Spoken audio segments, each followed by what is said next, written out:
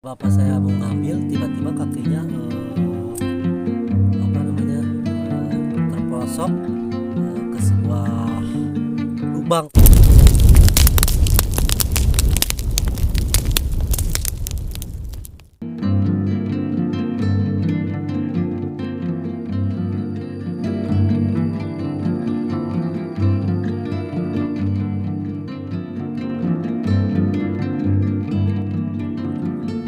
Assalamualaikum warahmatullahi wabarakatuh, teman sahabat bediler, youtuber semuanya. Apa kabar hari ini? Semoga teman-teman semua sehat walafiat. Oke, hari ini saya tidak ngebolang, dan hari ini saya ingin bikin konten, yaitu ada satu cerita. Tentunya cerita ini saya ambil dari bapak saya sendiri ya, yaitu cerita yang mana bapak saya waktu itu masih kecil pernah menemukan harta karun, yaitu harta karun di atas gunung, teman, di saat dia sedang mencari kayu bakar. Oke, bagaimana cerita atau kisah selanjutnya, cerita yang lebih detail? Yuk saksikan terus buat teman-teman, jangan di skip cerita ini. Oke, lanjut.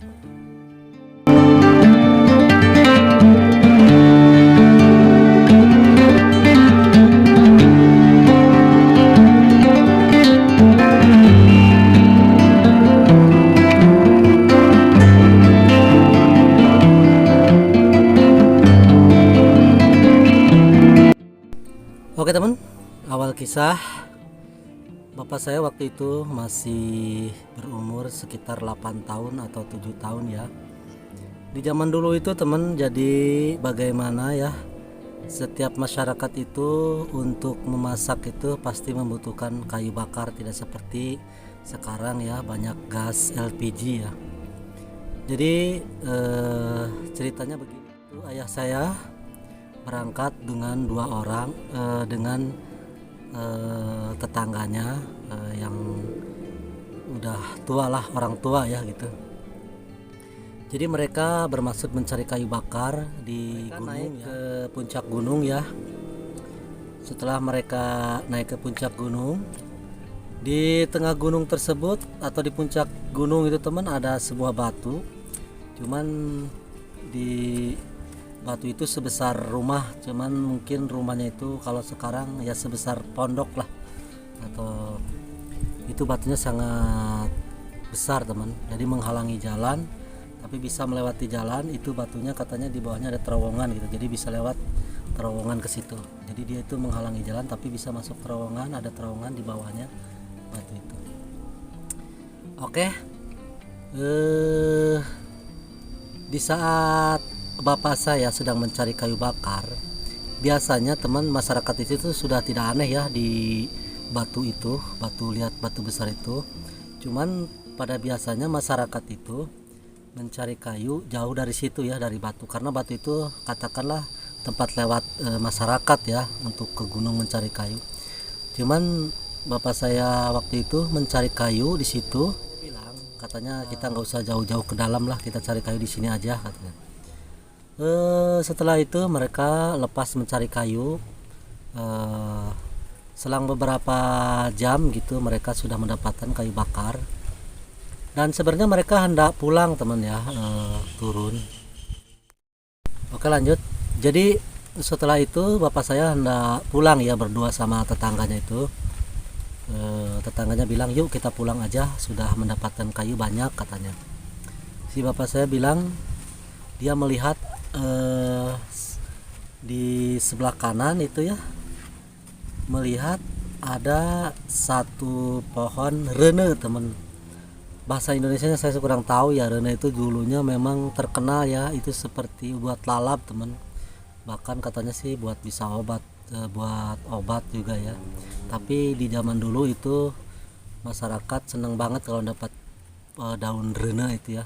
Saya kurang tahu bahasa Indonesia seperti apa bahasa daun itu, cuman saya juga kayaknya belum pernah melihat tumbuhan tersebut teman ya. Oke, dilanjut teman ceritanya.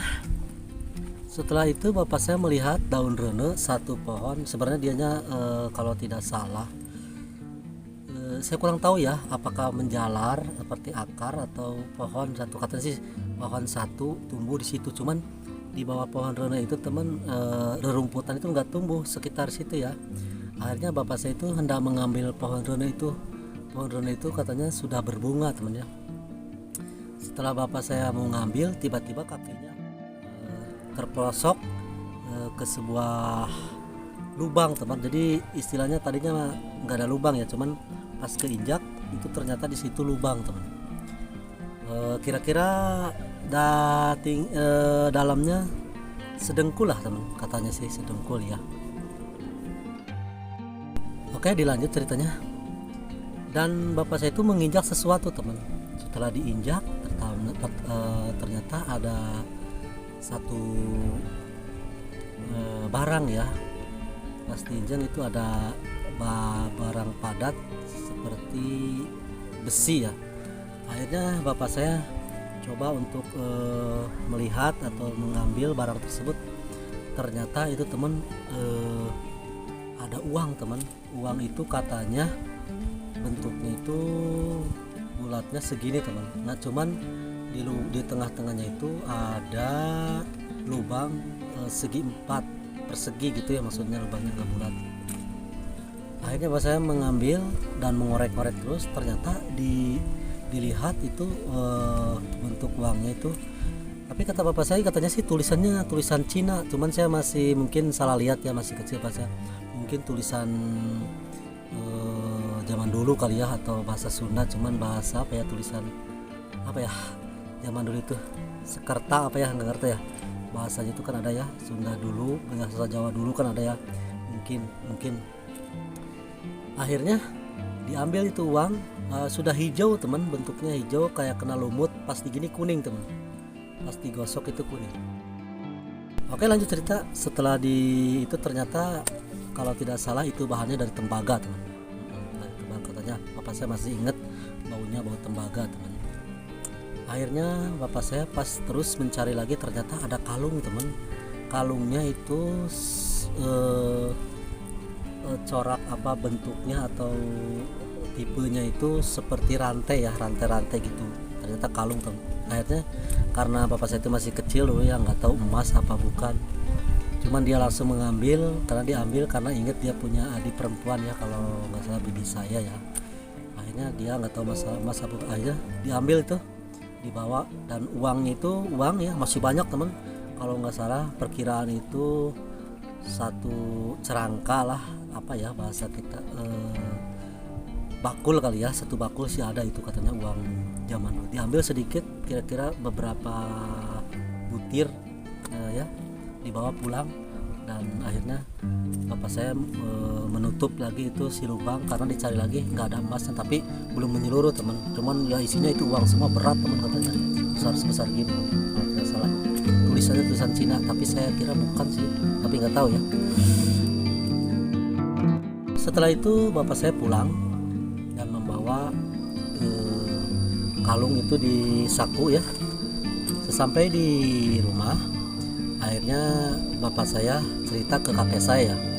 Kata bapak saya nemu kalung ini, katanya dari mana? Sini katanya, ini dari gunung. Sini kata kakek saya, diambil itu si emas. Akhirnya nggak tahu masalah, diperkirakan itu emas ada sekitar beratnya 15 gram, kalau sekarang entah 10 gram ya, antara segitulah. Katanya sih bentuknya rantai-rantai yang bersambung gitu, kayak rantai lah ya, tipe kalungnya gitu. Akhirnya si kakek itu, almarhum kakek saya itu, akhirnya membawa emas itu ke daerah kabupaten dijual. Yang nggak tahu masalah harinya berapa, yang penting balik pulang dari kota itu si kakek itu beliin peci, kayak zaman dulu ya, peci ya, sarung, katanya dari kota lah, belanja gitu. Nggak tahu masalah ya, namanya juga masih kecil ya, nggak tahu urusan orang tua. Katanya bilang nih hasilnya, katanya dari tadi apa, pokoknya dari kota, katanya dibeliin baju, belanja segala, sampai adik-adik bapak saya itu dibeliin baju semua. Nggak tahu berapa gram atau berapa harganya. Oke, lanjut kisah. Setelah itu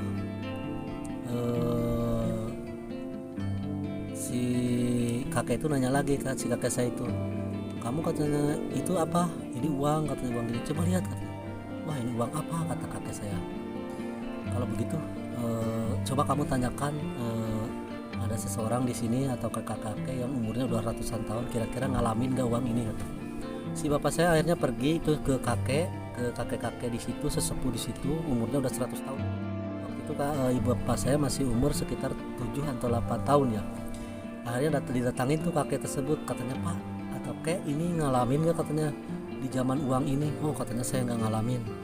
Nah, itu uang tuh akhirnya si uang itu dibuang, temen, karena zaman dulu mungkin gak laku. Kalau sekarang ya mungkin kalau terbaga dijual berapa sekilo ya, atau bisa juga di museumin itu ya, itu uang. Saya juga kurang tahu, apa saya kira sih uang itu peninggalan zaman kerajaan, teman, karena si kakek itu zaman dulu seratusan tahun nggak ngalamin, teman. Mungkin bener itu di zaman kerajaan dulu. Singkat cerita, uang itu ya yang tadi cuma sedikit dibuang, teman. Jadi di gunung itu masih banyak sisanya. Sayangnya bapak saya nggak datang lagi ke sono, temen, dari situ, karena dia berpikir, lah buat apa, katanya, uang seperti itu juga zaman dulu nggak laku ya. Kalau sekarang, temen, uang itu namanya bahan tembaga ya, temen ya. Katanya atu bakul mah ada, teman, ada. Dari situ, temennya, saya berinspirasi mengatakan di hati saya kalau itu uang zaman kerajaan dulu, teman. Benar, karena kalau zaman Belanda si kakek yang di tetangga apa sesepuh tadi itu pasti ngalamin ya, atau di zaman Jepang ya, itu nggak ngalamin, teman. Berarti memang itu zaman kerajaan, tapi uang itu terbuat dari tembaga. Mungkin kalau kita dikorek lagi ke dalamnya, saya kira emasnya masih ada, teman. Saya itu berpikiran ya dulu ya, suatu saat saya itu pengen mendatangi tempat tersebut, apakah masih ada ya. Cuman cirinya, teman, pasti kita bapak saya tidak akan lupa, yaitu sebuah batu, yang mana batu itu besar ya, menghalangi jalan ya, katanya disebutnya, kalau nggak salah teman ya, itu batu pamempek atau penghalang jalan gitu. Jadi saya ingin suatu saat, teman, saya itu ingin mendatangi gunung tersebut ya, dan saya pengen explore juga ya, suatu saat lah, teman, kapan-kapan ya. Jadi oh ya, teman, itu tempatnya di daerah Sukabumi ya, teman ya, karena bapak saya itu aslinya orang Sukabumi, ibu saya orang Cianjur. Jadi saya ingin coba berkunjung dulu ke saudara saya nanti suatu saat, kapan-kapan ya, ke saudara saya, gimana gitu istilahnya sekarang jalan atau akses jalan menuju gunung tersebut apakah berubah gitu kan. Itu kan sudah puluhan tahun, teman ya, mungkin berapa tahun lah, saya ingat udah lama lah. Bapak saya dulu masih kecil, teman. Jadi saya ingin menanyakan juga nanti di sana bagaimana jalan akses ke gunung tersebut, apakah masih bisa dilalui, teman. Mungkin suatu saat saya penasaran ya, saya ingin apakah masih ada gitu. Saya penasaran uang apa sih itu terbuat dari tembaga, teman. Oke, teman-teman, saya itu saja yang saya ingin ceritakan, yaitu boleh dikatakan itu harta karun, teman ya. Saya kira masih ada emasnya, teman ya, karena bapak saya cuma dapat 1 kalung, teman.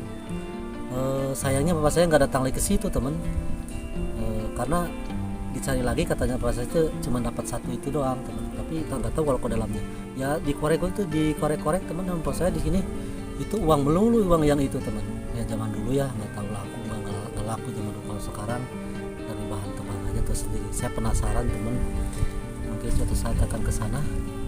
Oke, buat teman-teman, itu saja yang saya ingin ceritakan dengan video saya ini, dan saya ucapkan terima kasih. Wassalamualaikum warahmatullahi wabarakatuh.